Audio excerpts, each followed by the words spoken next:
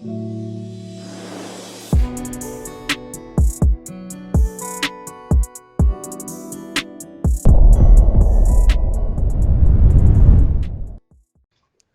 going on, family? It's your brother Lawrence here with another episode of Watch God Work. In every episode, we have the unique pleasure of speaking to exceptional brothers and sisters who are doing amazing work in every field of business, culture, and society. And today is no different. And they share their God stories, the ways in which God has been a part of their lives and the way that God informs their work. And today I'm excited to be with my sister, Vinasia Miles. What up, sis? What it do? Hey, what's going on? Hey, what's Glad to going be on? What's here. going on? Such a blessing. Such a blessing to be called on. y'all hear the she got the whole Faith Evans vibe. Well, you know what I'm saying in terms of her energy. She's like, no, don't put me on early faith, early faith. Oh my goodness. But I say that more jokingly because I think we were introduced over a month ago. Being both joined a panel, and just the bars my sister was dropping, and I would say she did it in such an understated, very unassuming way, and was so bold about just her work and the passion around it and some of the advice that she was dropping. That's why I used the faith. It was just kind of like there's just this element, that energy that she has in it. But again, little lower cadence. But Vanasia, I'm gonna leave her to kind of speak to this. But I see her as a community builder. I see her as a sister who loves the people, who gets joy in seeing people connected. I think the story of God is one who reconciles and brings people together. That I think in a time when sometimes people think this is so frou-frou, what is it about people? But I think people recognize it now over the past year Mhm. how important relationships, connections are. But for our people who have been boxed out of the paint, and Yes. professionally, and so I just want, but that's not where her story starts. You know, her story starts much earlier. Her story starts in the great state of Pennsylvania, and but I will tee this up to say, Vinasia Miles. Who is Vinasia Miles? Vinasia Miles. I say Vinasia Miles is a servant leader, humble at heart, really about the people, as you say. Mm-hmm. So I'm glad that you took notice to that. Um, I feel that my life's purpose is to impact people and help to impact kingdom. That's what it's really about. That's something that has been learned over time. It's not something that I came out and said, "Oh, it's all kingdom work." No, it was a process in order to get to that point, but it's just through experience. So, in addition to being that, also a educator, professor, founder, entrepreneur, and beyond. Y'all, this is we're gonna get into it a bit more because just the nature of working, this space in which she's kind of bring people together, I think is unique, and it's a timeless thing that she has done, and partner. We'll get into that a bit more. But where did this just disposition or kind of a mind for community? How was that? Where was the genesis of that? When did that start to cultivate? When you look back on your life and you said, "I always was this," or was it not? Just walk us through kind of that journey. I'd say starting as a child, I came from a larger family. Mm-hmm. So I was used to being around a lot of my cousins, my aunts and uncles, and beyond. And I also grew up a lot around my grandparents, and my grandparents were older. Um, so I didn't come from a younger generation at all. They were much. Yeah.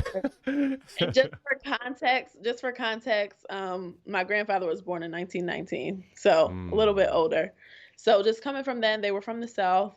They were always so welcoming, hospitable, and they welcomed just about anybody into the home. Mm. So there was some structure there. Like I said, I grew up in the church, so I was always around family, always around different people, and then just came from a family that was very welcoming. So I've always seen people coming together on any instance. Mm-hmm. And then even going into school and just being in a part of different organizations or groups or things like that growing up, it's always been about community. My parents are big in the community. So just being a part of that is something that really was instilled in me as far as being that help. Mm. Leading with generosity.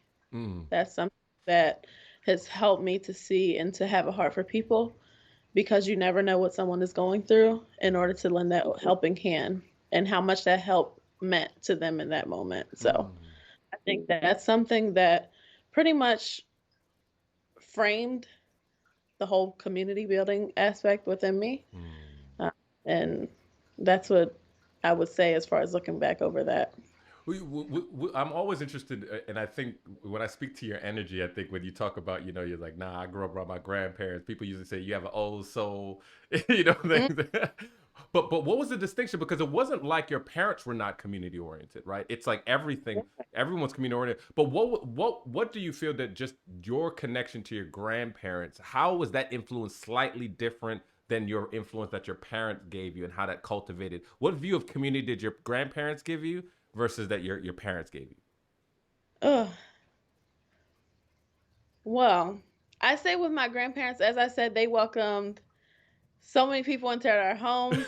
Uh, they had a lot of kids themselves. This is my paternal grandparents. Yes. That's who I was around the most, and they always had someone there. The house was never empty. And Mm, then it started with a lot of us starting to come up, and their children having children. So a lot of grandkids were there, our friends and beyond. So they just welcome everyone in. mhm, And one thing that they used to have was Monday night prayer service. mm, So during their Monday night prayer service, they would have it, everything would go off, everything would shut down.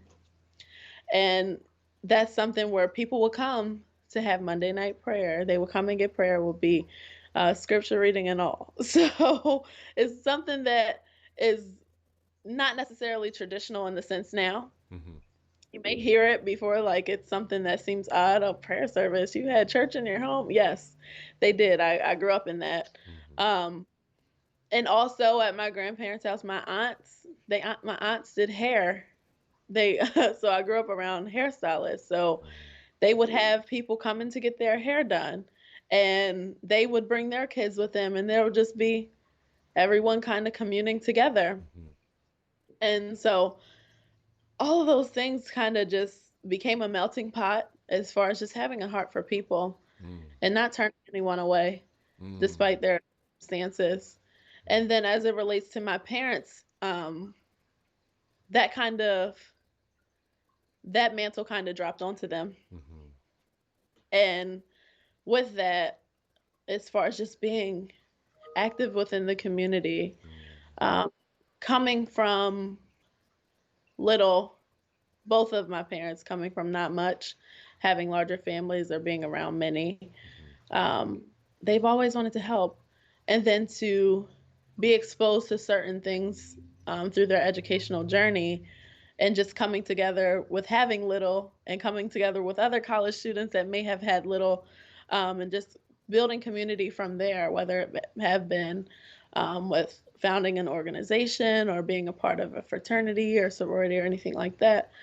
That's something that has really been a little different, but between the two, I mean, they're a little bit more old school.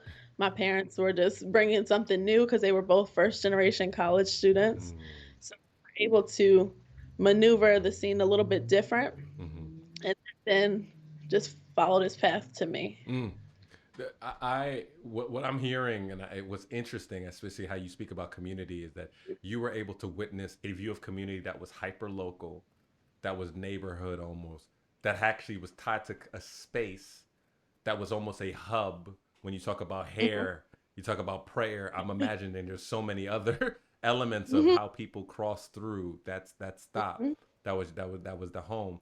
I'm curious about, even now when we talk about your relationship with God, how that just you reimagined or formed or guided how you saw God, right? Like, because I think a lot of times people view God and it seems very individualistic. Like, I go to church, I get my word, I go on online, I get my sermon. It may not be connected to anything, but you saw a faith that was connected to things that were community oriented. So how did it inform how you saw God when you started to build your relationship for yourself? Like, how do you think that influenced it? Hmm.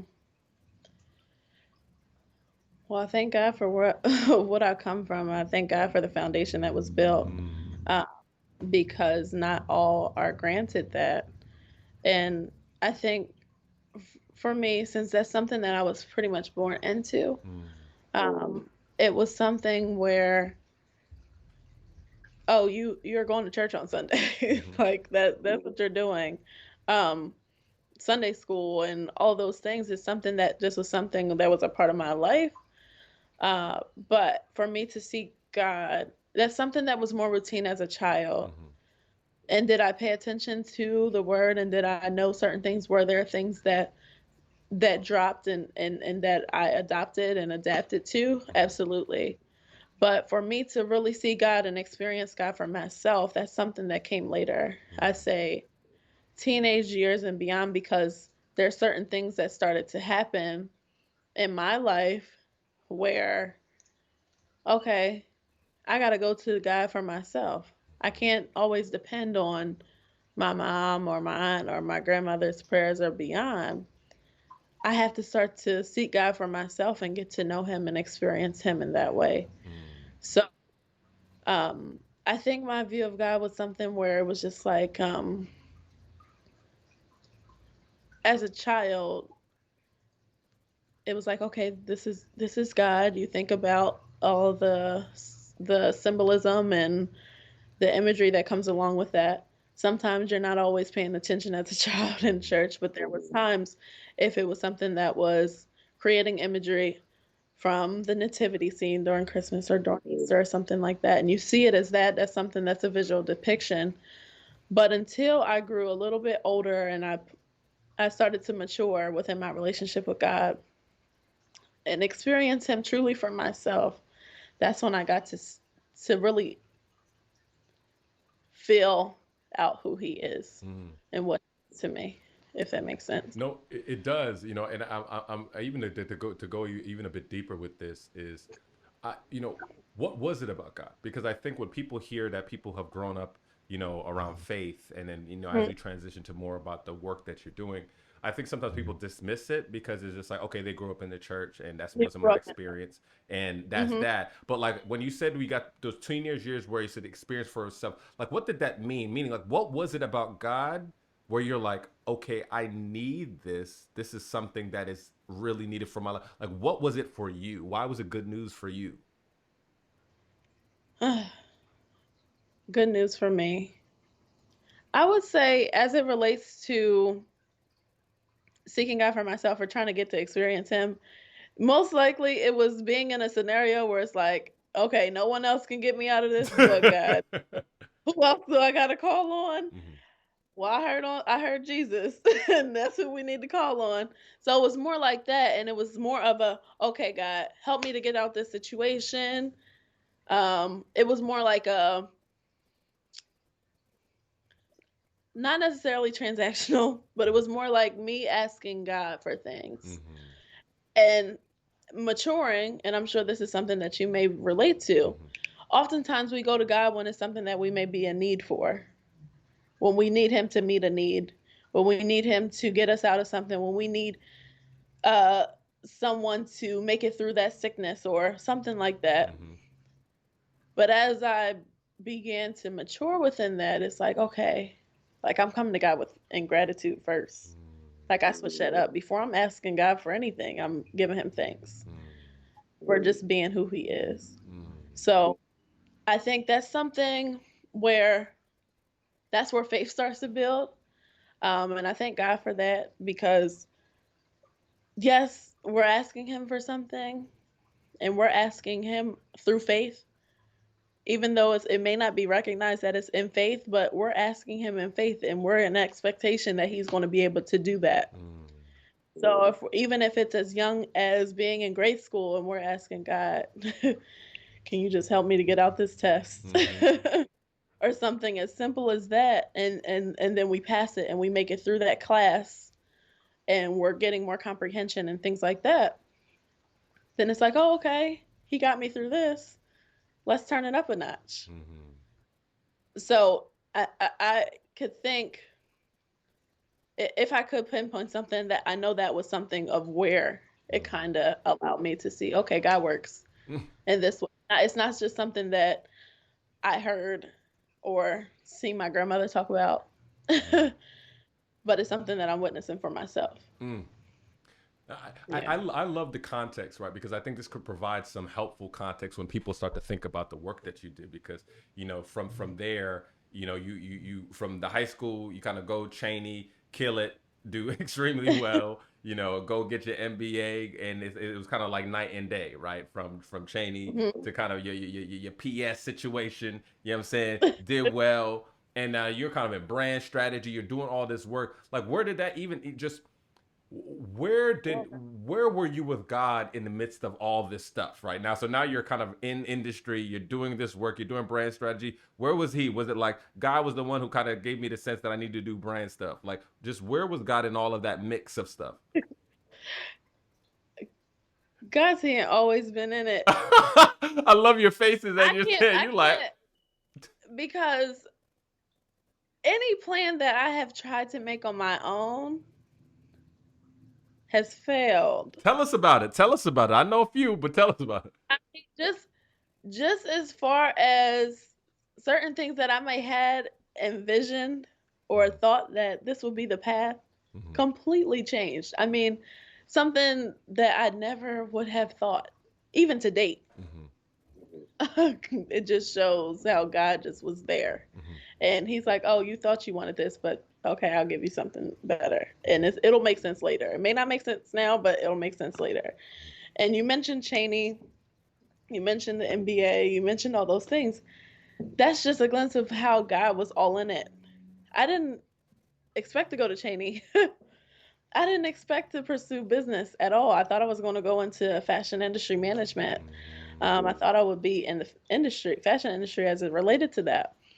And the school that I was going to be attending at the time, I literally made the decision before a week before I would have had to start classes to go to Cheney. Um, my dad was saying, "Okay, well that school is $50,000 a semester. How about you take your gen ed courses here? It'll be paid for.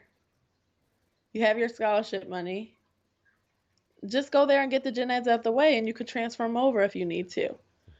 So I'm like, "Oh, okay, whatever, Mm-hmm. fine." As I went there, I'm like, "Okay, I like this. Let's just keep going." Mm-hmm. And I pursued the business degree there. But throughout that time, just to keep it brief, just how things just transitioned. My dad had always told me, "You," because I always was usually the only one in some of the honors classes and things in high school, and I was an overachiever, have been an overachiever. And he would say, "Right now, you feel that you're competing with them, but you're going to exceed them." And I didn't know what he meant by that. He's like, "You're going to graduate before all of them," and I didn't know what he was talking about. I'm like, "Okay, whatever." I ended up going to Cheney, ended up finishing out within 3 years, valedictorian of my class. God knew that. I didn't know. If I would have went somewhere else, I would have been drowning in debt with not the degrees that I have. Um, We're in Cheney, pain. We're in pain. Keep going. Cheney's experience um, led me with 3 years valedictorian, my entire college career paid for. Ended up going to Penn State because of going to Cheney and received two master's degrees and certifications through there. So that's where God's hand was just all in it. And that's not something that I had planned at all. But that's just evident to how his plan is works out better than what your own plan may Mm. at times. No, no, this is a word, but what you say this very matter of fact, but one thing I do pick up on is just your flexibility, right? Clearly, I'm not in the moments when, you had a conversation. Maybe it was like, no, dad, no. Like, I don't know if there was like three conversations, but even the Yeah. way you speak about it, it just seems that there was just this assurance of like, oh, okay. All right, well, okay, let's try this. Okay. Has that just been your vibe? Because I think even when I think about Ford for culture, the things you do, like, you said no. So like, was that just a unique period of your time, or was it more of a wrestle than you're putting on? Yeah, because I had like a strong will to do what I had intended to do. Yeah. And he's like, just listen to this plan and it'll work out. So when he was telling me to go there, I'm like, I didn't really want to go to Cheney. I wasn't really sure if I wanted to do that right away. And because I grew up through there, he was a professor there. They knew him. It was Dr. Miles. He's there. So I grew up there. I would go to take your daughter to work day and all of that, just being in the midst. Mm-hmm. And I'm like, okay, I don't really want to go, but I'll do it. I'll save myself in the long run. So it was somewhat of a wrestle in the beginning because I'm like, oh, I'm applying to this and it's last minute. Semester's about to start. But it ended up working out for my good, and I'm grateful for that experience, the HBCU experience as a whole. I will always preach HBCUs. Mm-hmm. The Mm-hmm. experience, especially to our youth. Um, so yeah, it was a wrestle at times, but I just had to put down my fight. I had to This, put down my I wasn't I, gonna win. I think even the way you say it, I don't even as you're saying it. I think it takes a lot of faith to do that, right? To be able to a week before, right? Some of you may see that that takes a trust and maybe just hearing your father's wisdom and heeding Mm, that and just saying, you know what, I may not fully, but when I look at the track record of my life, I could listen to him. But there's also a point of that there. I think even fast forwarding a bit, because as I said, like, you wear a number of hats, right? You're a mhm, professor. In and of itself, that's a lot, right? That's a lot, right? You got your MBA, you got your MLD, you got all these things that you have done, right, with very clear intention about what it does. Even for you, certification around mental health and youth, you've done so much in this car. So mhm, my view would be now when the Forbes piece came around, right? When you kind mhm, of like, there's this opportunity, right? I mhm. just want to bring people together because I just feel like we need to talk about what we're going to do when we go back to where we're going respectively. Like, we see the, oh, wow, look, you've created this great network and all these things are great happening, but like, was it just that moment when you guys were at the summit where you're just like, let's just have this dinner, or was leading into that you were kind of feeling in your life like, I just there's a lack of a community here. Like, where did the agitation around the problem start? No. So that's not how it happened at all. Actually, I didn't come with the intent to build community there. Mm, I came with the intent to, one, connect with people. I was coming in with an open mind, just going to see what I can be exposed to within this event. mm-hmm, Going to Boston, hadn't been there at the time before. Let's see how I can navigate this. How can I leverage my people skills or just communication to build others up, or just try to get their information and see how we can further build or connect. It wasn't until some things just, I mean, God is awesome, because the entire thing, as far as me even getting there at that time, I didn't know if it was something that I would do, but that seed was planted when it first began because it started in Philadelphia. And I saw some things pop up about it, and I saw, okay, there's an under 30 now. I'm under 30. Let's see what could be open, what open doors could be here. So that seed was planted some years back before I even went. mm-hmm, And by the time that I attended that summit in Boston and started to meet some people, was getting their information, then I came across who was my partner, Rashad Lambert. So we're both the co-founders of Forbes the Culture, and I met him there, and he let me know that he was from Philly. Um, I had a friend of mine that was also with me. They actually had lived like about a block and a half away from each other. They did mm, not know who each other was. We connected right then and there because there weren't many people of color that were present. mm-hmm, Like, you can point them out easily. So he's like, he had reached out to me and he said he wanted to get together a small group, 25 to 30 people. Throughout that morning, I had already connected with so many people that I said, okay, that's no problem. Started sending that out. By the time we convened that night, it was over 300 people that came up. mm, Um, And that was amazing to see Mhm. that word spread like that, even though we did reach out to a lot of people that day.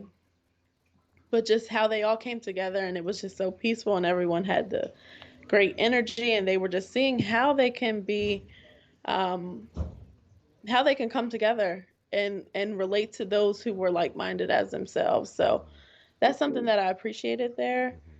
but I knew that God's hand was in it all. Mm. It- Two things for this, because I think to your point, you just, for people even listening and watching, you talk about the four 30 under 30, right? Or like the 30 under 30, and then seeing the seed in Philadelphia years before, and then Mm-hmm. ultimately being invited to be a part of it in Boston years later, and then out of that experience being able to kind of bring people together and see that. I think when a lot of times when people think about community building, sometimes people don't get it. Meaning, it's kind of Mm-hmm. like, what's the point, right? Or like, what's the goal and what's this? And I think there's another piece of this. I think, especially in the view of brand building and thing with social media, I think there's sometimes this suspicion, particularly in our community, when people are gathering, they're the curators. Like, what's the end game? Is this person trying to make a name for themselves? Is this genuine? Right. Why are you doing this, right? Did you Right. experience that? And how and to what, and so what sense were you leaning on God in these things, right? So, like, so as you're thinking about pulling these things together, like, where was God in the process of, like, all right, I generally want to do this, but I'm probably gonna get some pushback around what my intentions are. Like, could you go into kind of like the psychology of, once you left Boston, you guys are Okay. putting things together, walk through kind of like just what your vision was, and then also your interaction with people around telling the vision and how they felt about Okay. So, like I said, this wasn't the intention at it. all. It kind of it organically happened. Mm-hmm. Um, but just everything from registering to getting access by only God himself to the premium packages and everything, getting the premium badges to be able to go wherever we wanted to go. Um, just different things that just lined up to meeting certain people that would then have a bigger impact later during that first year. Mm-hmm. We didn't go with the intention of wanting to build community. We just came, okay, there's a few of us here, let's get us all together. Mm-hmm. And from that, it was all based on genuinely connecting. Mm-hmm. In order for me to make that connection, for them to trust enough to share that information with me, their information with me, it was based on that genuine connection. And that's something that I hold true to. I'm not just looking to connect with people for the mere sense of just saying that, oh, I connected with such and such. Mm-hmm. It has to be some genuine intention that's there, as far as, okay, you genuinely want to get to know who I am, what I do, Mm-hmm. not just to see where the transaction can be made or how you can help me later. Mm-hmm. That's something that comes over time. Mm-hmm. So just, even though it happened organically, there was things where it happened genuinely. Genuinely building these connections that have lasted to date. Mm-hmm. And some of these lifelong connections that have been made just through this. Uh, and we didn't have, even after that night when we all came together, it wasn't with the thought of, oh, this is going to be a thing. Mm-hmm. This is going to be a full blown community. It didn't come until later where we said, okay, we have to kind of formalize this a little bit more, because the community that was then there and has built, and more people want to tap into this. How can we formalize it a little bit better so that it makes sense? Mm-hmm. Because there are people that already are connecting in their various cities. They're merging businesses, they're creating together, new relationships are being formed. It's all of these things happening within the community that was built from a summit. And then once we started to build it out a little bit more into 2018, that's when some of the connections that I had made in Boston that fall 2017 started to come together and they started to circle back. So there was a man that was in Boston. He's from Boston. He was a business owner, DJ, different things. He had contacted me and said, hey, I know that this conference is going to be happening again. You brought so many people out to the venue the last time. Let's do something again. He Mm, got his involved. I got mine involved, and we formalized different events to happen every single night of the summit. So it brought about visibility. mm, So now more people want to know about Forbes the culture. They want to know how we came about. They want to be a part of that. So I had that sense of belonging, and we always have activated on that sense of family, mm, um, welcoming and being genuine towards people to help them to really grow. mm, So from that point, we had those events, and that's when Forbes really started to see, oh, they're getting more wind of Forbes the culture. They're seeing more people of color attend than the previous year. And that's when the seed was pretty much planted with Forbes around that time. mhm. And by July 2019 is when we formally partnered with them. Mm.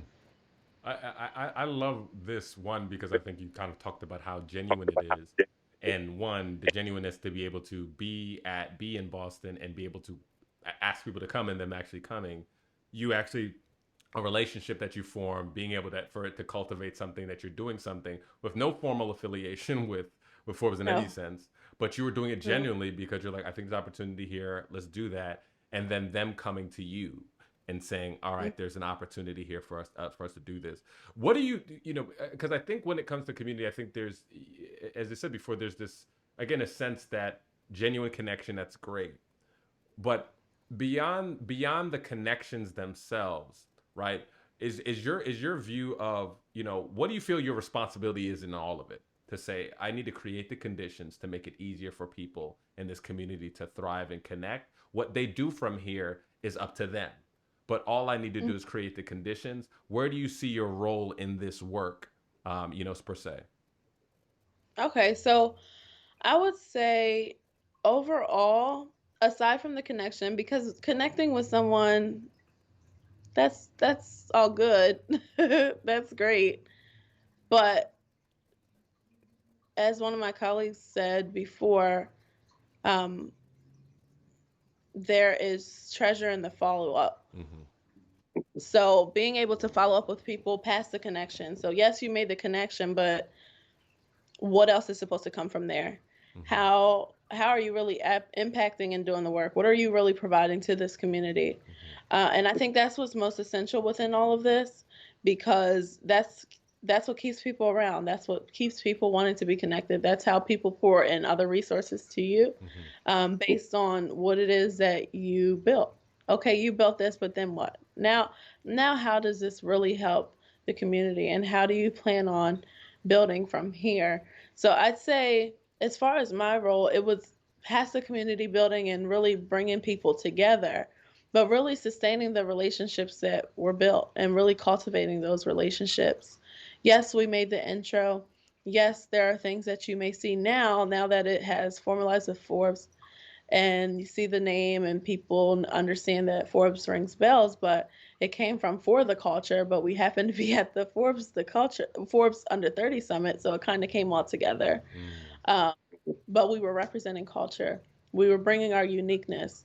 We were bringing our gifts and talents and being able to merge them together amongst the world, because the culture impacts everything. Mm. So, as far as the role for me, I would say just really making sure that there's a continued benefit from relationships.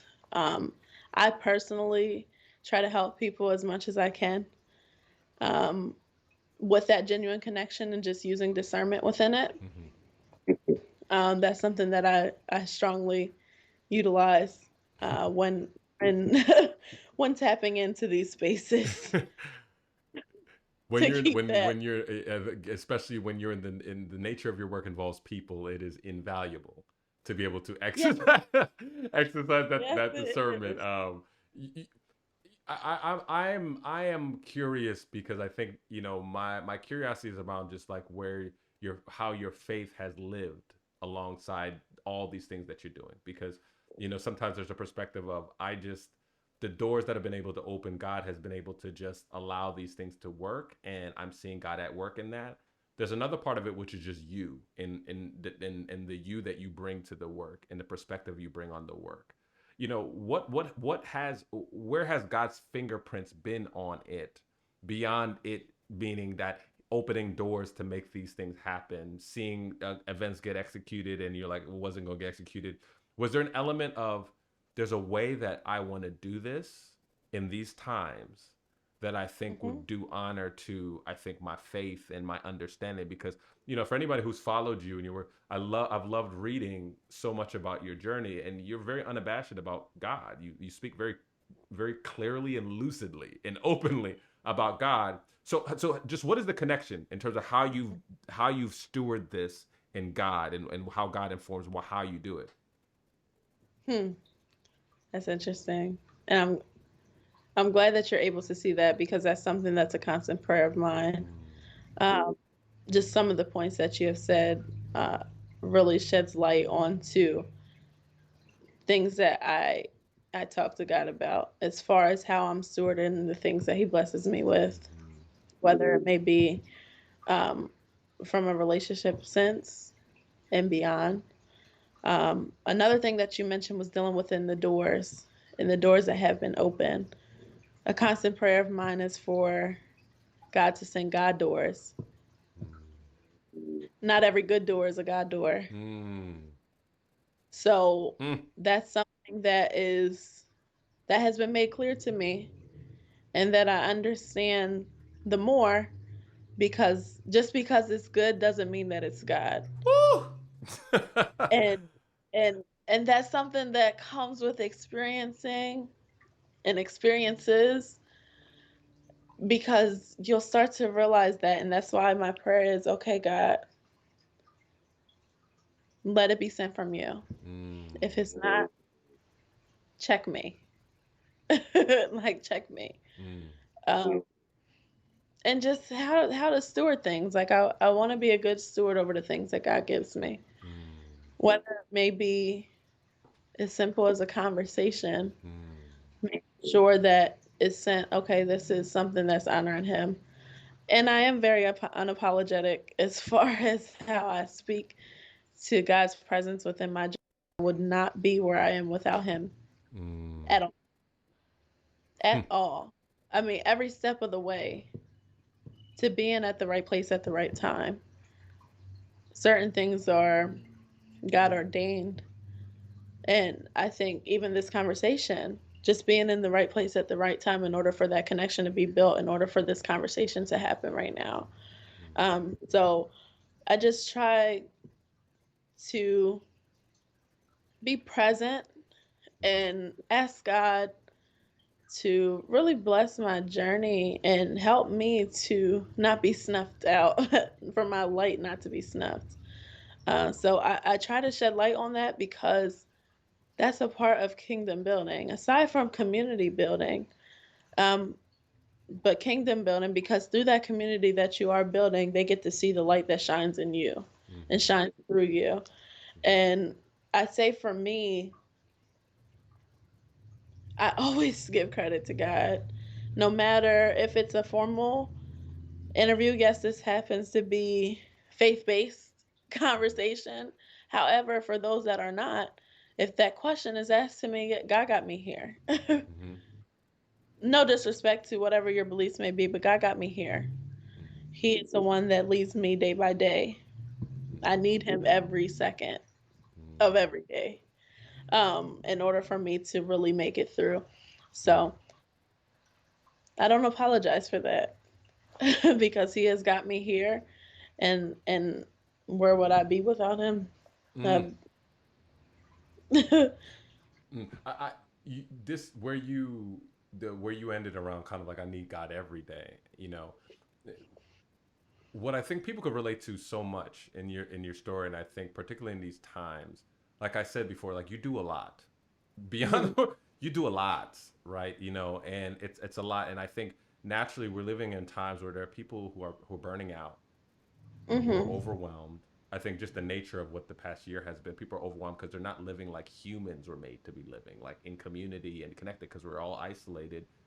Um, but then, how does God sustain you? What does that look like for you with the fact that you serve people, the fact that you're a professor, the fact that Mhm. you are connected, you have a community, but there are people tied to this community. What does it look like for God to replenish you and keep you right along the way? I'm not saying it's perfect. Like everybody knows, like it's not perfect, but like what does that process look like for you to be re-energized so you don't burn out? Oh, and not to seem cliche, but God is that source Mm-hmm. for me.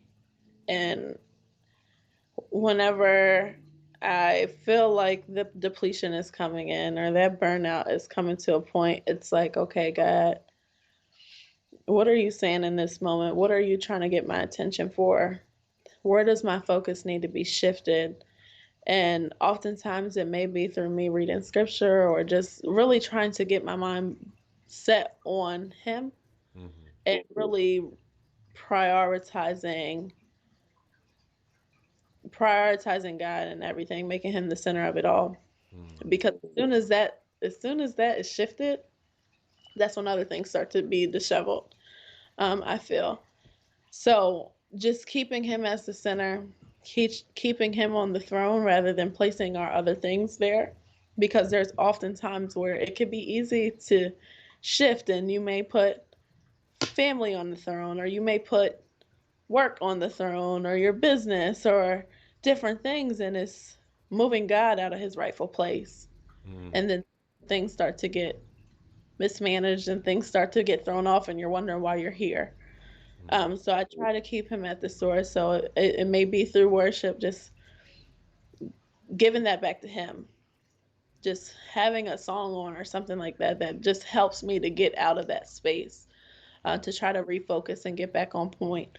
Or even if it's as simple as reaching out to get prayer from someone, because I may not have may not have it at that moment. And I mean, even though God hears my whisper, he hears that. He hears the silent suffering at times. But just to be poured back into and have someone else speak those words over you is something that is also important to me. Mm-hmm. But dealing with servitude and being of service and being someone who does serve and honors servant, that's what your faith is built on. I think I would like to believe the ultimate servant leader was Jesus. Mm-hmm. He gave of himself for us. Mm-hmm. He gave of himself for us. So just using that, just being more like him, embodying those things, sacrificing things, um, and just going back to the source. Whenever we start to feel like we're off, or whenever confusion starts to set in, or anxiety starts to set in, or any of those things, it's like, okay, you got to speak those things as though they were. You have to speak over yourself. You have to speak life into yourself. So I try to, I've been trying to get much better as far as the things that I speak. Be very careful with my words. So just affirming things over myself so that it'll line up, even though I may not feel like it right now. I'm very careful with that. I'm careful with this, with putting my over something. I often hear people say, my anxiety is XYZ. You're claiming that. You're taking ownership of something that doesn't belong to you. So things like that, I'm careful with, trying to be more careful with, uh, claiming and taking ownership over things that don't belong to me, that I don't want to rest over me in order for me to really prevail. Th- I I love that this is what you're centering it on because part of the reason I connected to the work that you're doing is because I think our generations for many of them are first generation of those who've gotten degrees and have been able to experience whether advanced education in ways that many generations beforehand. In your context, you have a father who's a professor, so you're kind of in the family biz to some degree. Yeah. right? But still, there's this cohort of our generation where people are enjoying more and more of the fruits. Though we can argue economically, we're not, but that's a whole other conversation, right? In terms of wealth gap, but you get that, right? Uh-huh. But you have this generation, and so you have a captive audience, and I think there's also a stumbling because we are a social media generation of just practices that are sustainable. We're the most anxious generation that there's the most depressed generation that exists. What is that? So the reason why I think that this is so important that God has placed you in the position He's placed you in is that you are part of creating relationships and facilitating relationships between a community of brothers and sisters who are changing the world.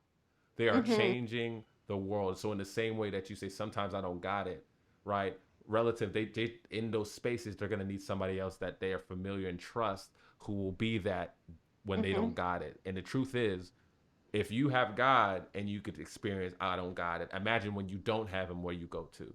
And so that's why Mhm. I'm so thankful for just the position that you're in and Mhm. the great responsibility you have and ultimately your humility and also your struggles and saying okay, I'm trying to do my best to navigate this and I need to stay connected to the source. um, Yeah. if if you had, for example, if you're kind of talking to someone around the idea of like your rhythm with God, right? Like when you said here's when I feel most connected to God, if you had the ideal day from sun up to sundown, what would that look like for you? How do you ensure that you stay connected to source? I know you talked about worship music and doing that, but if you walk through a day, what's your rhythm to say, you know what, I know I'm connected and I'm right when I'm doing these things? Yeah, the worship music is really what gets me in. I Mm, think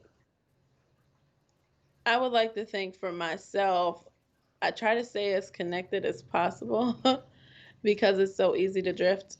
mm, And this time has been very unique because the church doors aren't open. So being able to be in a place of worship and worship with others and really get the flow there to really be in that presence, and then it's like okay, you're home and creating that presence. mm, And that's why I try to keep worship music on at times, and most times that's what I'll have playing, or just when I'm driving or anything like that, just to have that playing so that I can quiet the noise, if that mm, makes sense. Even though it's music, but quieting the noise that may be in my mind, because mm, imposter syndrome can sit in, and the other things that I know I personally have suffered with. Um, so really, just coming to that place, or just turning on a sermon, listening to different things that will help to build me up rather than take from me. mm, And that's something that I would say for that. One thing that you did mention as far as being in such a place, being a professor and all those things, that's not something that I plan to do either. That mm, was all God and His hand on that. I told myself I would never be an educator coming from educators. um, and that was just the work of God Himself, honestly. I know I don't want to go into that part, but it's it's a great opportunity because I'm able to not only be in that position and speak to students, and yeah, I'm teaching them various things based on curriculum, but also helping them where they are, mm, trying to instill other things within them that may not be in that book, mm, but helping them to make the connection. mm, So aside from the curriculum or what maybe needed to be taught, bringing the connection into where they are, how they can relate to the material, um, allowing them to contact me and have a conversation with me, because yes, I may be younger, it may be something that's relatable, it's something that they can come back and talk to me about, and I tried to build that relationship there. And mm, then also just recycling the approach of building community with Force of Culture and other connections that I may have within my network, and allowing them to pour into the students. So I'll have them come back and pour into students in that way so they can be what they see. I think that's so important that they are able to see what they have potential to become, Mm, because there's a weight that the students carry right now. They're going through something that we couldn't have imagined being in their position, uh, being a student during these times. So I try to give grace. I do give grace as mm. much. You gotta be careful with that because they will try to take advantage. Yeah, they But will run you. They will run you. I give grace because you never know what someone is dealing with during those times, and Mm. just allowing them to be themselves in their most authentic ways. Mm. Hmm. I'm thankful for you because I think where you even ended is this notion of life, in fact, impacting the classroom, the education. Because life, it's like the student that did not eat breakfast. How could they learn, right?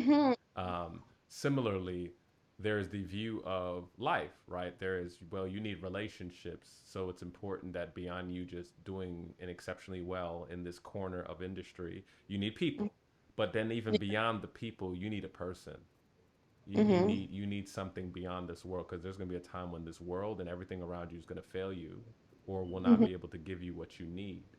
And Right. so, whether explicitly or not, what's so powerful about what you're doing is, one, being able to cultivate that, and whatever life that will come from those relationships, it will come. But also that you're also in a unique position of being one of the people front line at a time like this, that people could understand someone who understands it at a deeper level. And I Hmm. think that's tremendous and that's remarkable. I have to ask, for you, if you were talking to, let's say, a brother or sister who would go, kind of they're exceptional, the 30 under 30, and but they're like, what is this whole God thing you be talking about? Like, what's the point? I mean, it seems like that's nice for you, and check some boxes, and that helps you, but I'm still curious about, like, what is it like, if somebody was just still curious, they were skeptical and they were saying things like that, but they just said, like, what would they, they're like, what is my next step, like, what should I Hmm. do to kind of learn more, like, what would you say to them, for someone who's on the fence and there's like, I'm not sure about this, right? What would you say to them about faith and why it's important, even in spite of all their success and everything else? Hmm. I would start off pretty practical. Mm, Sometimes when we go too deep too quick, that's what loses people mm-hmm, and turns people away. So when you're coming and talking over people's head, you got to meet them where they are. mm, So one thing that I would say, as far as someone that is just starting out on their faith journey or are a little bit skeptical, I would give a practical analogy with a chair. When you go to sit down on that chair, you trust that it's going to hold you up, right? mm-hmm, When you go to look into in the fridge, you trust that there's going to be food in there for you to eat. When you wake up and you're expecting to wake up in the morning, who's the one that provides you all these things? You trust the wind, you feel it, but you don't see it. mm-hmm, You're putting your trust in things, but who's the supplier of all these things? mm-hmm, So just coming from the sense of that is something that I've found interesting because it kind of gets people thinking a little bit. mm-hmm, They're like, okay, when you believe in wind, right? Do you see it? No. Do you feel it? Yeah. But you think you believe that it's there, right? mm-hmm, Yeah. So it's like, okay, if you can have faith in something like that, that's where it starts off. You have faith in the little things. Why not put your faith in something that's much bigger? mm-hmm, So and it that's something that I've used sometimes when talking to some that may come off a little skeptic. There's some that are defensive and things like that, but I try to put it back into perspective within their own experiences. mm-hmm, Just help them to understand or to give it to them in its in the simplest form. mm-hmm. And believe you believe in certain things, right? That's faith. That's faith. And biblically it talks about the faith of a mustard seed and just giving the visual depiction of how small that is. If you have that little bit of faith, you are able to move mountains. So, just giving something as simple as that is something that I have used before, but just really helping people to keep going. Mm, Don't get don't don't get caught up in the moment. A lot of the thing 100% of the things that you thought that you wouldn't make it through, you already have mm, to this point. And that's something that I often say to some of your worst moments that you can think about, you've already made it through. Every moment that I can think about that's past, that may not be in my present, but it's helping me to grow into my future. So I think just using things like that to meet people where they are, just having conversations with them in the simplest forms and in the most practical ways, and just leading by example, mm, living it, not just speaking it, but living it. mm, That becomes evidence. That becomes evidence of God's grace and His hand on your life. And I feel that if you are doing it and you're showing it and you're showing love in different ways, and they feel that from you, then that's evidence enough for them to believe in your source where you mm. get fit. Yo, this is a word. This is, I mean, I think it's an appropriate word to for us to close because there's a lot here, and I think what I love about your life that you're living, Mm-hmm. it seems in the same curiosity that you had, albeit we saw an abbreviated version that you shared with us around, okay, well, I'm going to go here. Okay, well, there's an openness around, okay, God, there's things that you're calling me to do. I want to stay connected, but there's an openness around what this could all be. I just feel like the possibilities open for the work that you're doing. And I think that's just inspiring for people to just hear, right? Whether they fully understand the full source of it, to just say that at least there's an openness. And with all the uncertainties, how does she remain open and seem so sure like this? I think people are going to take so much away from that. I thank God for you, Vinasia. I thank you Thank that you are in the position that you're in. I thank you that you're a steward of culture, of our culture, a culture that often is utilized but not celebrated in the ways that it should be. I thank you that you're yeah. creating space for brothers and sisters to know each other and serve one another with a shadow and a hint of the greatest servant. I thank you that Mm-hmm. you are in the face of students, that you're a teacher in the shadow and just the taste of our great teacher, being gracious as they're living. And so I have to ask a question for people like, how can they find you? How can they support you? Where they gonna find you at, Vinasia? How can people support you? Where you at? All right, so I'm on all social platforms at Vinasia Miles, Vinasiamiles. You can find me there. I am going to start back my Connected by Faith sessions. That's something that kind of kicked off Connected by Faith, Connected X Faith, just for those to come together through their various connections, their industries, and regardless with the common alignment of faith, having conversations, just coming together to do the work. So that's where you can find me currently. I love it. I love it. Y'all heard, especially on the last. We definitely we're gonna put some batteries behind that because that's great. But just saying, my sister in the faith, I love you. All support to you, and just look forward to Thank keeping the you so much. conversation going. But also being a brother and sister in the work. All right, All right. All right. You have a great all one. right, all right.